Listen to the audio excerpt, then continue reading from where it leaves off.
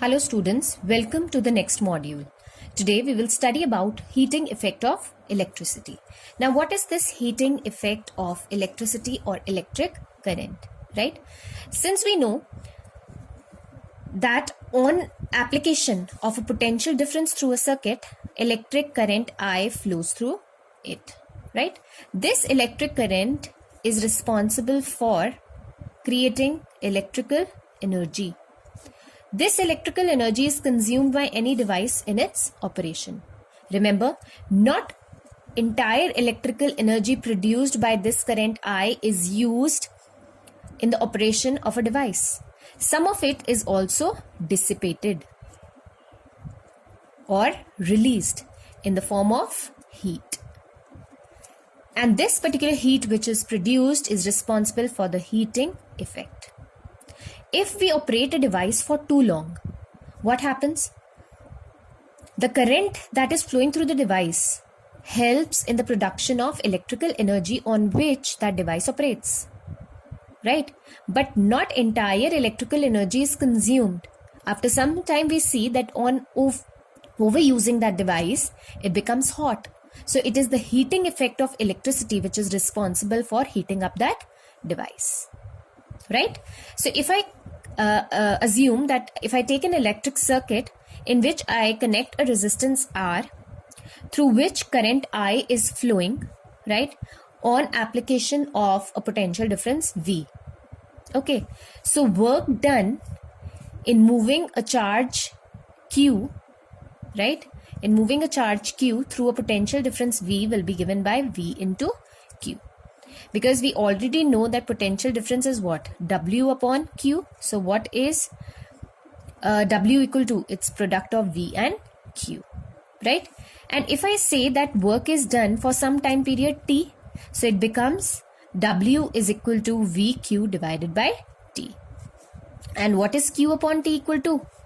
It's the rate, it's the flow of electric current. That is, when the charge is flowing for some time period, it is referred to as electric current, which is equal to V into I. So what is this W? This W is equal to, this now becomes the power, because it is the work done for a given time period. So that is known as electric power. Remember, W is the work done in moving a charge Q through a potential difference, right? And what is power? Now, if I apply that work for a certain period of time, it becomes its power. So this will be V into I. So electric power is termed as the product of V and I. Now, according to Ohm's law, if I write this as V is equal to IR, so another formula for power becomes IR, and here we have I, so this becomes I square R, right? We also have another formula, that is, if I write I as V upon R, right? So power becomes V, and instead of I write V upon R, so that becomes V square upon R. So for calculating electric power, we have three particular formulas, that is, it's a product of V and I, or it's I square R, or it's V square upon R, right?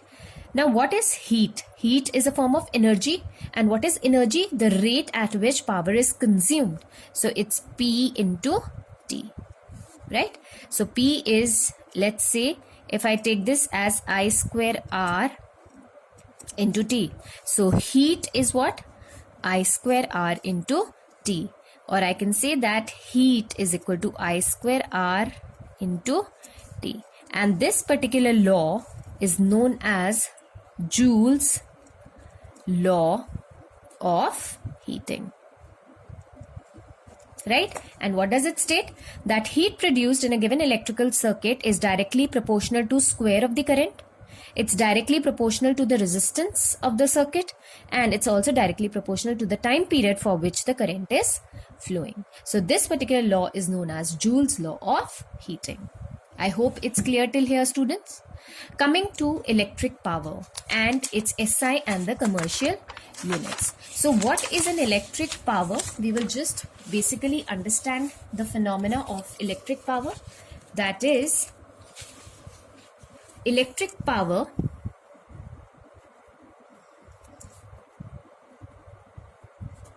is the rate at which energy is consumed, or the rate at which it is, or the rate at which it is dissipated. It's either consumed or given out. So the rate at which energy is consumed or liberated or dissipated is known as electric power, right? So we already have studied that power is equal to V into I, right? We know that the unit of V is volt and that of I it's ampere. So it's 1 volt into 1 ampere, or we can consider it as 1 watt. So 1 watt is said to be the SI unit of power. And which power? Electric power, right? Watt is comparatively a smaller unit, so we make use of kilowatt if we have to represent bigger units of electric power, right? And if we are talking about the commercial unit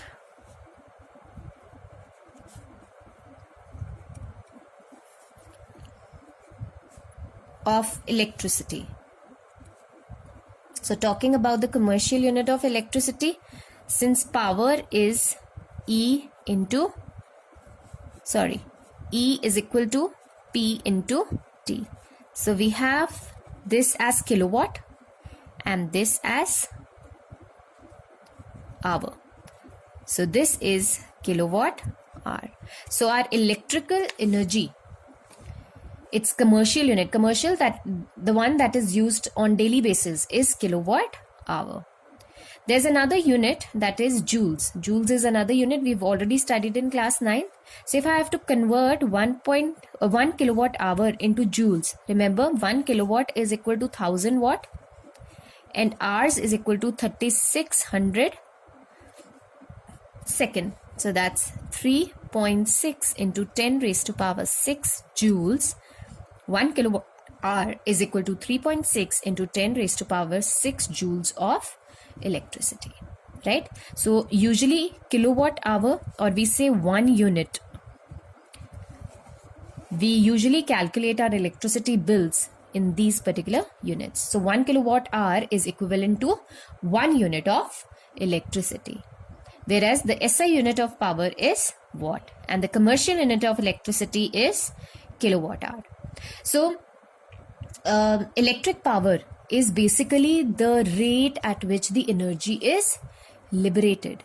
So usually the power stations that provide us electricity, they are actually providing us the electric power, and the ones and the quantity that we are using at homes, malls, shops is basically the electrical energy.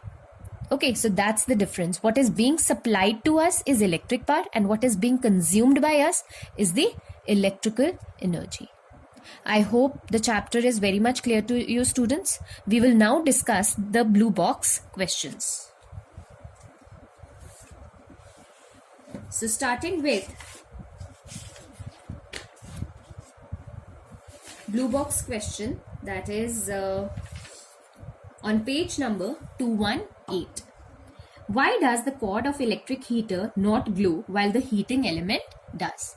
The cord of electric heater does not glow. The reason being, this is page number 218, blue box question 1. The cord of electric heater is made up of an alloy, right, which has high resistance. So what happens? When the current passes through it, it becomes red hot. It starts glowing. Whereas the heating element does not, because it has low resistance, right? So the heating element does not glow. The electric heater, the cord of an electric heater does not glow while the heating element does. It is because the heating element is made up of an alloy which has a very high resistance. right? So due to this very high resistance, what will happen when current will flow through it? The heating element will become red hot, whereas the cord has low resistance. So when the current flows through it, it will continue to flow through it without making it glow. This is the reason. Next we have question number 2.